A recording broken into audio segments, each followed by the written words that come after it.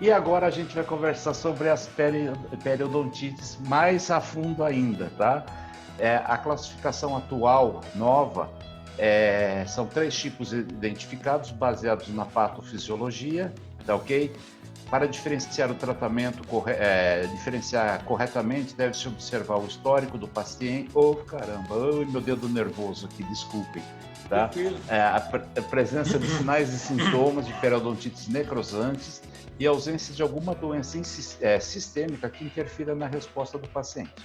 Então, a classificação atual da periodontite é doenças periodontais necrosantes, periodontites pura e simples e periodontite com manifestações sistêmicas, ok? Nós vamos detalhar uma por uma e também vou colocar meu ponto de vista a respeito de cada uma delas. A primeira é justamente com relação às doenças periodontais necrosantes, tá? Observem como ele colocou aqui: doenças periodontais necrosantes em pacientes comprometidos crônica e gravemente. Doença crônica é a doença que a gente sabe que é de longa duração, baixa intensidade, é a periodontite do adulto, como a gente chamava antigamente. Só que as doenças necrosantes, normalmente, como a gengivite ulcerativa necrosante, ela antigamente era chamada de GUNA, gengivite ulcerativa necrosante aguda.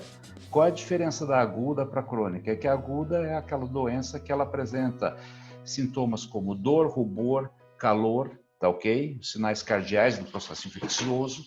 São doenças que se instalam de forma rápida e repentina, ou seja, o paciente está bem, ele acorda com dor no dia seguinte.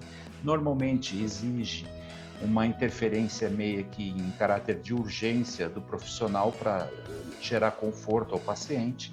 E aí fica o meu questionamento: como é que a gente vai determinar a cronicidade da doença? Porque a gente sabe que um paciente que tem, por exemplo, uma gengivite ulcerativa necrosante aguda, aguna ou GUN, como queiram chamar, a gente sabe que ele é um paciente que ele já tinha uma gengivite crônica pré-existente, um paciente que não tinha um bom hábito de higiene oral e que sofreu alguma alteração com relação ao estresse, ao tipo de alimentação, excesso de cigarro, nicotina, bebidas alcoólicas, em que houve uma redução da circulação sanguínea na gengiva marginal e papilar, e essa região entrou em processo de necrose, tá ok? Então o paciente apresenta dor, sangramento, halitose, você percebe características típicas de necrose e ulceração gengival.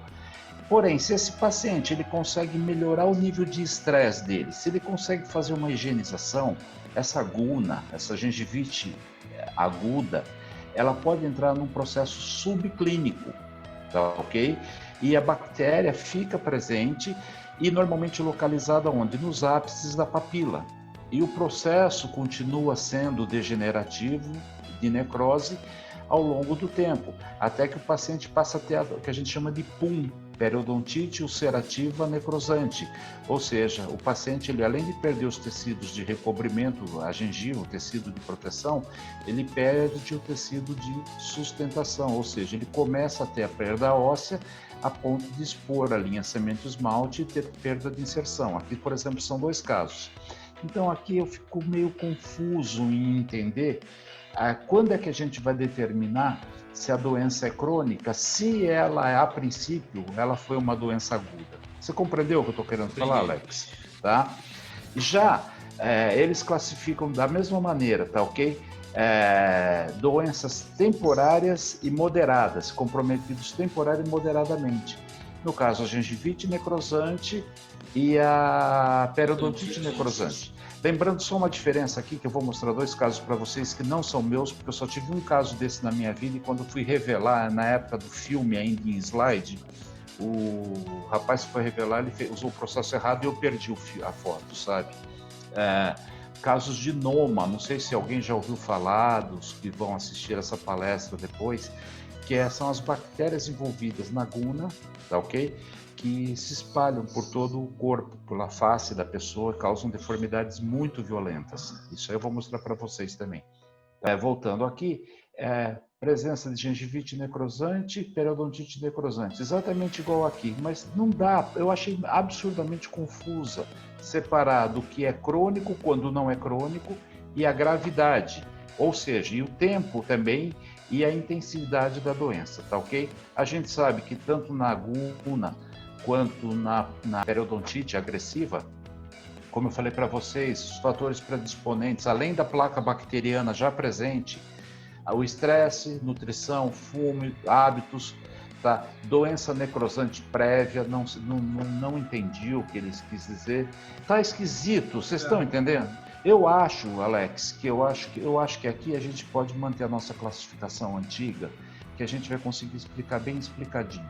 Ou seja, uma gengivite aguda causada por esses fatores aqui que eu falei para vocês, mas lembrando que sempre tem uma predisposição crônica, ou seja, ele já tem algum processo inflamatório crônico, como uma gengivite, ou até uma periodontite mesmo. Se ele sofre algum estresse, alguma coisa, essa doença que é crônica passa a ser aguda, tá ok? E se ela é crônica e ela diminui a agressividade, porque o paciente consegue fazer uma higienização melhor, consegue diminuir o estresse, ela entra no processo subclínico, a gengivite, ulcerativa necrosante, podendo chegar a uma periodontite necrosante aguda, tá ok? Eu acho que fica mais fácil de explicar. Agora, com outros fatores predisponentes, como vocês vão ver aqui, eu vou mostrar para vocês, aí sim, eu tive casos aqui, vocês vão ver casos que realmente a agressividade foi muito forte, mas os pacientes que eu vou mostrar para vocês aqui eram todos portadores de HIV. Então a gente sabe que para desencadear um processo agudo, o estresse está ligado. Você imagina um paciente que tem a notícia que está com HIV e a imunidade baixa. Então, com certeza, a descarga de adrenalina, de catecolaminas na corrente sanguínea vai causar uma vasoconstrição muito violenta. O tecido vai necrosar rapidamente, associado com a imunidade da pessoa baixa, tá ok? Então, eu vou mostrar para vocês aqui. Olha que casos horríveis, Alex. Tanto esse paciente quanto esse paciente aqui eram pacientes que não eram bons higienizadores, tinham gengivite, simplesmente gengivite crônica, e com a notícia do estresse, mais cigarro, mais o HIV, olha a situação que chegaram no meu consultório, ok? Esses pacientes aqui são dignos de pena, porque ficam altamente destruídos por uma gengivite ulcerativa necrosante aguda, que pode chegar a isso aqui. E isso aqui não foi que nem está na classificação, que é de longo prazo, depende da cronicidade. Está compreendendo o que eu estou conseguindo explicar? Tá bom, meu amigo? Já aqui é uma guna clássica, ó. O paciente tinha uma gengivite, tinha placa bacteriana, se estressou, tá aqui, ó. Eritema linear, perda da anatomia da papilar, da gengiva, típico da guna. Agora, tem Sem casos... perda de inserção. Tem perda de inserção. E tem casos desse menino que foi no meu consultório, Alex, que é o único caso que eu tenho, você vai falar, o que essa língua está fazendo aqui, né? Ele teve uma guna tão violenta, e é um paciente totalmente saudável, não tinha HIV, não tinha diabetes, não tinha nada. Mas a intensidade foi muito forte, a ponto de que necrosou todas as papilas linguais do paciente. Então, pelo amor de Deus, hein, gente, não é que guna dá na língua, não dá na língua, tá? Foi o único caso que eu tive, que ele tinha a guna, vocês estão vendo o aspecto gengival aqui, e a condição lingual desse paciente. Então, essa classificação... Eu também deixar bem claro que você pegou uma época da odontologia que se descobriu o HIV, né? Exatamente. Então, não tinha o tratamento que tem hoje, então dificilmente um profissional... Hoje você vai encontrar um quadro assim, exatamente.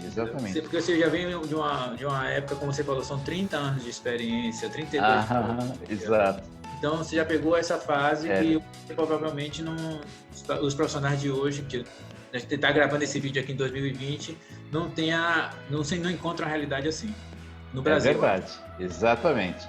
E aqui são os casos da Noma, que eu falei para vocês. São as mesmas bactérias envolvidas na guna, né? Vamos chamar nas doenças necrosantes, nas gengivites ou periodontites necrosantes, que se espalham para o organismo. Olha que pecado. Aqui é uma chinesa, tá?